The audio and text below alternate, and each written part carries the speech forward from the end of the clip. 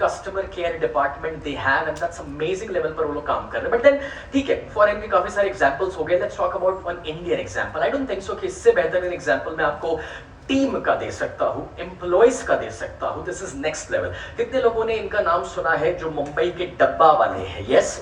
अब इन भाई साहब के ऊपर जो इनके फाउंडर है, ओनर है, उनके ऊपर कितने सारे पॉडकास्ट बन चुके हैं, कितनी सारी जगहों पर वो स्पीचेस दे चुके हैं. आपको मौका मिले तो जरूर उस पॉडकास्ट को सुनिएगा. अब आपको हैरानी होगी जान के कि जो डब्बे वाले हैं वो जीरो एरर के ऊपर काम करते हैं. समझना ध्यान से जो मैं कह रहा हूं, जीरो एरर. अगर ये प्रोग्राम मैंने ऑर्गेनाइज किया हो, मैंने, तो भी संभव है कि 30 साल से हम प्रोग्राम कर रहे हो तो भी किसी की सीट आगे पीछे हो जाए, संभव है. कुछ टाइमिंग आगे पीछे हो जाए, संभव है. आप इमेजिन करो कि ये जो खाने का डिब्बा होता है और जिसने जो आज खाना है, जिसके घर से जो आज जाना है, वो किसी का डिब्बा एक्सचेंज हो जाए, या किसी को कोई दिन डिब्बा ना मिले, या वो डिब्बा लीक हो जाए, तो कितना प्रॉब्लम हो सकता है. उस दिन वो इंसान भूखा रहने वाला है.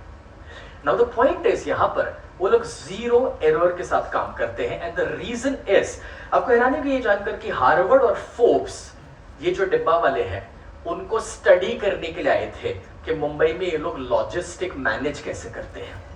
कौन से यूनिवर्सिटी वाले आए? हार्वर्ड. जहां लोग जाने का सपना देखते हैं वो लोग इनके पास आ रहे हैं. और वहां पर उन लोगों ने आके स्टडी किया कि इंटरेस्टिंगली एक चीज उनको मिली.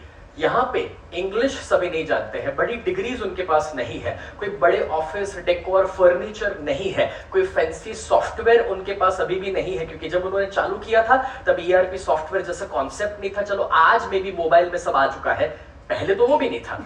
और उसमें ये लोग जितने रिलायबल है शायद उतना कोई नहीं है. एंड सरप्राइजिंगली ये ओनरशिप में से उन्होंने एक बहुत पावरफुल चीज निकाली थी. वो ये निकाला था कि कभी कभार एसी केबिन में बैठ के अच्छा काम होता है, ऐसा जरूरी नहीं है.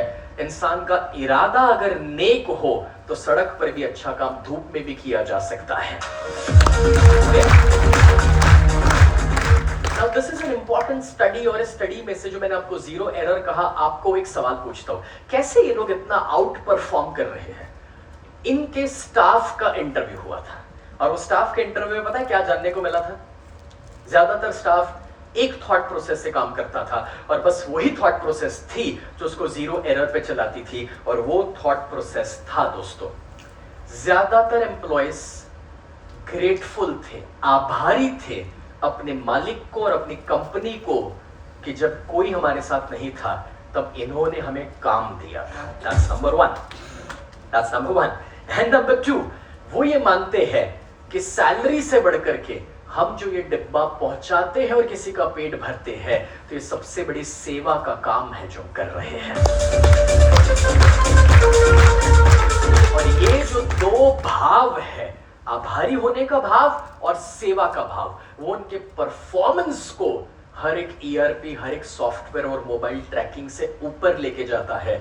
और हार्वर्ड जैसे और फोर्ब्स जैसे लोग उनको स्टडी करने के लिए आते हैं. बट फ्रेंड्स, अभी तक उन्होंने जो भी स्टडी किया उसमें जब ये पावर मिला ग्रैटिट्यूड का और सेवा का, तो भाई वो सिखाया नहीं जा सकता. हेलो, वो सिखाया नहीं जा सकता. ये कोई साइंस नहीं है, ये एक समझ है जो आप अपने अंदर खड़ी करते हैं. बट बिलीव मी, जो बाकी का अभी भी 1.5 घंटे का वक्त मेरे पास अवेलेबल है, उसमें 1.5 घंटे के अंदर ये भाव आपके अंदर मैं खड़ा करने वाला हूं. ये होने वाला है, ऑलरेडी काफी लोगों के अंदर है, तभी आप यहां पर आए हैं. पहले ये भी बता दूं, ऑलरेडी वो है आपके अंदर, क्योंकि जिसके अंदर वो है ही नहीं वो यहां तक पहुंचा भी नहीं है. So, ये भाव हम यहाँ पर सभी मिलकर खड़ा करेंगे. और इवन अगर कुछ एंटरप्रेन्योर्स भी, बिजनेसमैन भी हैं, जिसमें मैं भी हूं, तो हमें भी अपने अंदर अपने काम के लिए ये भाव होना इक्वली जरूरी है, अपनी टीम के लिए भाव होना इक्वली जरूरी है. और तभी जाकर एक पूरा ऑर्गेनाइजेशन सही तरीके से वर्क कर सकता है. Otherwise it can never operate. So now when we are able to understand this, I am just gonna give you a simple example, and that is, एक लीडर होता है ना, जिसको कोई पोजीशन की जरूरत नहीं है, जब वो माइंडसेट, उसका इरादा बन जाता है. जैसे याद करते हैं सिंगापुर एयरलाइन वाली एरोस्टेस, याद करते हैं रिट्ज कार्ल्टन वाला वो खिलौना, और जिसने फोटो वोटो लेके बच्चे तक लेटर के साथ भेजा, याद करते हैं वो डिब्बा वाला, याद करते हैं जैपोस का स्टीवन. ये सारे स्टार्स है हर एक कंपनी के. यार ये एम्प्लॉयज नहीं है, ये एंटरप्रेन्योर्स है। क्या है? एंटरप्रेन्योर्स। क्या है? एंटरप्रेन्योर्स। क्या फर्क होता है एक एंटरप्रेन्योर में और एक एंटरप्रेन्योर में? एंटरप्रेन्योर वो इंसान है जिसने कभी कुछ सपना देखा, सोचा और हिम्मत से कोई शुरुआत करी, बट उसके पीछे कोई भी एंटरप्रेन्योर हो उसे आप जैसे एंटरप्रेन्योर्स की जरूरत पड़ती है जो ऑर्गेनाइजेशन के अंदर कुछ ऐसा बखूबी रोल निभा रहे हैं जो उस एंटरप्रेन्योर के और सबके सपने को, विजन, मिशन को हकीकत में कन्वर्ट करते हैं। आज मेरे लिए मेरे यहाँ पर जो डीजे बजा रहे हैं किरण, ही इज माई एंटरप्रेन्योर जो मेरी ऑफिस में है। जो मेरे साथ अहमदाबाद से मेरे इवेंट मैनेजर आए हैं कथन, I don't know if he is there, he is my entrepreneur. तो ये लोग एम्प्लॉइज नहीं है दोस्तों, आप भी एम्प्लॉइज नहीं है।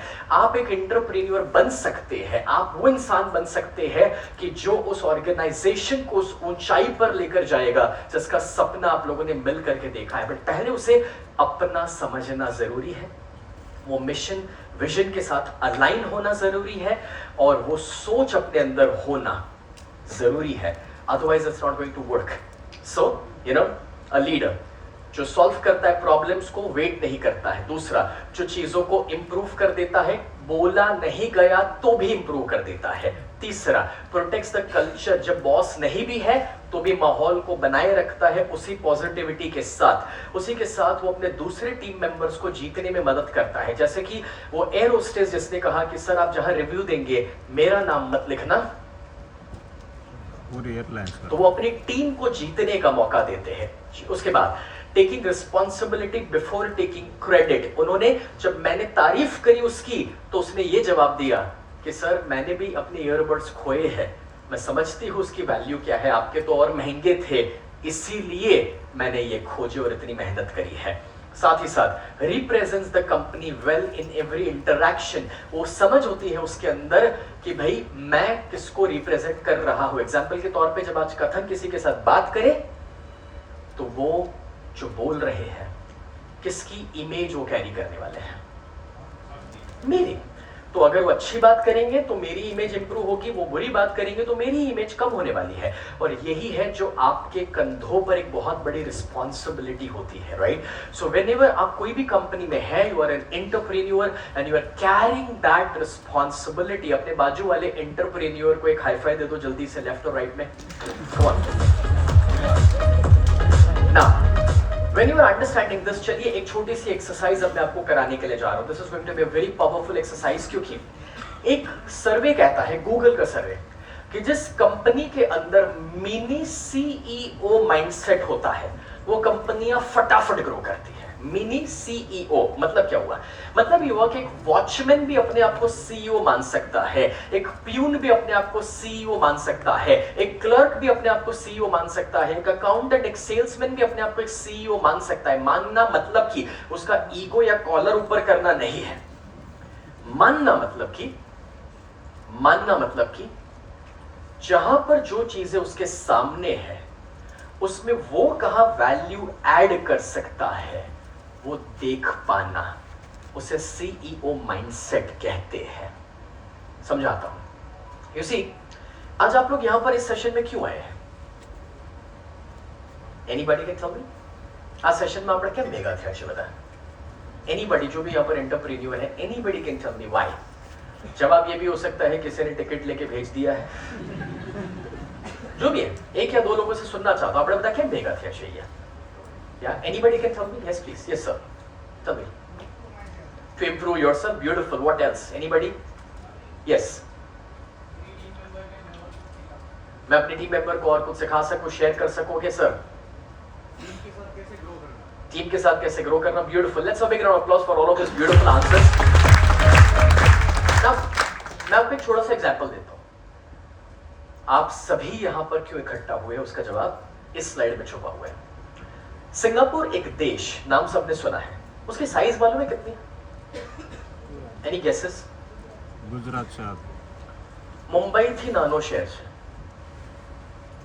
सॉरी मुंबई थी नानो देश છે। You will be shock to know कि अपना पूरा भारत देश छोड़ दो, मैं सिर्फ एक शहर की बात कर रहा हूं। मुंबई शहर से छोटा कंट्री है, देश है। उस देश के पास ना साफ सुथरा पीने के लिए पानी अवेलेबल था, ना वहां पर कुछ उग रहा था, ना कोई इंडस्ट्री थी, कुछ भी नहीं था। वो देश तरक्की करता कैसे? और वहां के जो भी प्रेसिडेंट प्राइम मिनिस्टर बने, वो तब से लेकर आज से 40-50 साल पहले जब भी बने, तब से लेकर अभी तक सेम है। उन्होंने देखा मेरे पास एक ही चीज है जिसके ऊपर मैं खेल सकता हूं, सिर्फ एक, और वो है हमारे पास लोग हैं, इंसान है, और उतनी ही एसेट मेरे पास है, बाकी कुछ भी नहीं मेरे पास, बाकी कोई नेचुरल रिसोर्स नहीं, कोई इंडस्ट्रीज नहीं, कुछ भी नहीं है। और उन्होंने कुछ नहीं किया, डिसाइड किया कि मुझे मेरी एक जनरेशन को तैयार करना है, आने वाले 30 साल I have to give my best. अगर मैंने एक जनरेशन को रेडी कर लिया कि जो अपना बेस्ट देना जान ले, अपना 100% देना जान ले, तो इस देश को मैं कहीं से कहीं पहुंचा सकता हूं। And that's what Singapore did. और आज का नतीजा यह है कि सिंगापुर डॉलर 60 रुपए पे चलता है। हेलो, जिस देश में कुछ भी ना बनता है ना उगता है। सिंगापुर पासपोर्ट दुनिया का नंबर 1 वैल्यूड पासपोर्ट है। 0 क्राइम, एवरीथिंग 0। अगर उसका पासपोर्ट आपको चाहिए तो अब वो वहां तक स्ट्रिक्ट हो चुका है कि आपका बच्चा भी उधर पैदा हो जाए तो भी उधर का पासपोर्ट नहीं मिलेगा। उतना वैल्यू उस पासपोर्ट का बढ़ चुका है।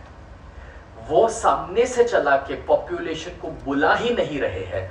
अगर आपका बच्चा वहां अब पढ़ भी ले तो पढ़ाई के बाद काम भी करे, 10 साल भी रह ले, तो भी सिटीजनशिप आसानी से नहीं देते। कहते कि अपने देश वापस जाओ या वर्किंग वीजा पे यहां रुक जाओ। कहने का मतलब जिस देश के पास कुछ भी नहीं था, सब कुछ 0 पे था, माइनस में था, उसमें से वो बिल्ड हुआ क्योंकि उसे पता चल चुका था कि मेरे पास एक ही चीज है और वो है मेरे लोग, जो मेरी एसेट है।